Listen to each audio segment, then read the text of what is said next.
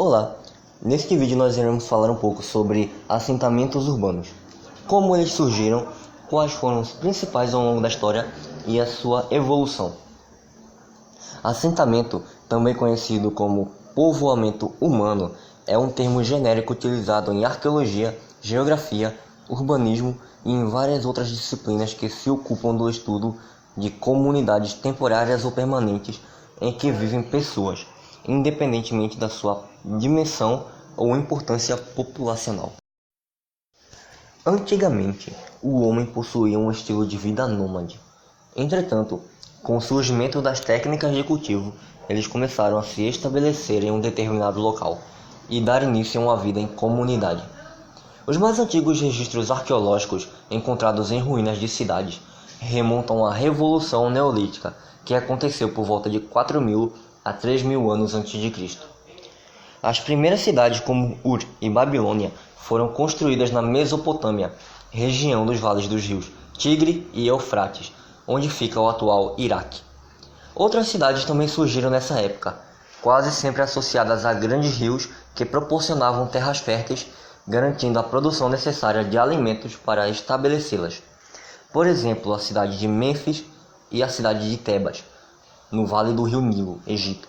A cidade de Mohenjo-Daro, no vale do rio Indo, e Pequim, no vale do rio Amarelo, na China, entre outras cidades também. Em comparação com as cidades atuais, elas eram cidades pequenas, mas para a época tratavam-se de grandes aglomerações.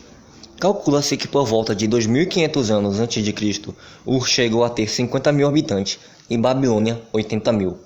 O desenvolvimento do comércio e da vida urbana em geral tornou inevitável a invenção da escrita, dos processos de contagem, dos padrões de medida e do calendário, que foram sendo melhorados com o tempo. A constituição das cidades era organizada sob o conceito de cidade-estado, com o controle total do território destinado à defesa e ao comércio. As casas das cidades eram feitas de adobe, um tipo de tijolo cru, e também de madeira. As casas se organizavam em torno de um pátio central, onde inicialmente as pessoas entravam a partir de um buraco no teto. Característica essa que foi mudando conforme as necessidades e o tempo. A população, em sua maioria, trabalhava na agricultura e na criação de animais. O uso de técnicas de irrigação e outras técnicas agrícolas contribuiu para o desenvolvimento da agricultura, que passou a produzir mais do que o necessário para o consumo. Com essas sobras de alimentos, os povos passaram a trocar com outros agricultores, o que deu origem ao comércio. Além disso, a produção de excedentes agrícolas possibilitou o uso do tempo para outras atividades, como artesanato. A produção e o comércio começaram a gerar um modelo de convivência que impulsionou os assentamentos a crescerem em extensão e população. Nas cidades, os cidadãos passaram a ser classificados de acordo com a sua função, incluindo os sacerdotes, os escribas, os mercadores, os artesãos, os soldados, os camponeses, os escravos domésticos e os estrangeiros. A divisão do trabalho e as desigualdades de riqueza entre os cidadãos criaram a necessidade de leis e de forças capazes de fazer cumprir as leis. A liderança natural do grupo, que nas aldeias era exercida pelos mais velhos e sábios, cedeu lugar ao governo de um homem só, geralmente o principal administrador do templo ou um grande chefe guerreiro. A impressão estética é enaltecida e marcada com a adoção de longos eixos em perspectiva e monumentalidade. Hipódamo de Mileto foi um teórico da cidade grega, representante da antiga escola jônica. Hipódamo foi um introdutor de uma planificação apoiada em ruas largas que se cruzavam em ângulos retos, como um tabuleiro de xadrez. Cidades planejadas eram uma tradição da Jônica, aplicadas às colônias gregas que se espalhavam pelo mundo mediterrâneo e outras regiões interioranas. O desenho reticulado designava áreas distintas, adequadas ao modo de vida e divisão de classes gregas, estabelecendo as áreas comerciais, residenciais e as ágoras planejadas.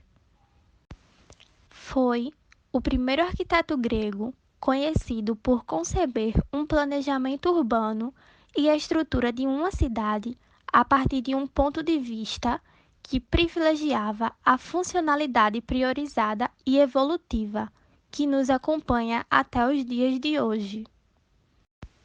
No território europeu, a primeira civilização de destaque foi a grega, cujos registros eram denominadas cidades-estados.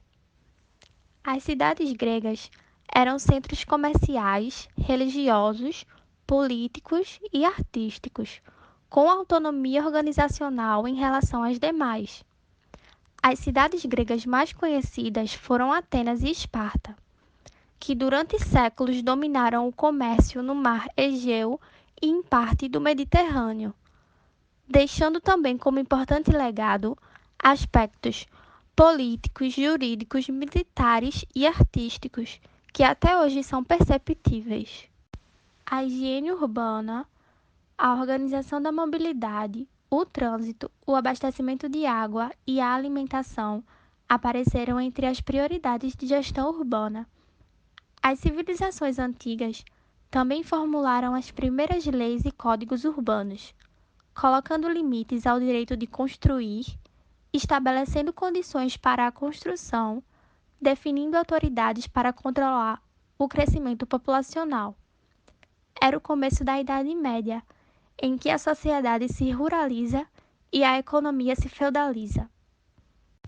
Serviços de esgoto, grandes arquedutos, pontes, termas, pisos, serviços de incêndio e polícia, entre outros, constituíam as inovações em infraestruturas e equipamentos que as cidades romanas eram dotadas.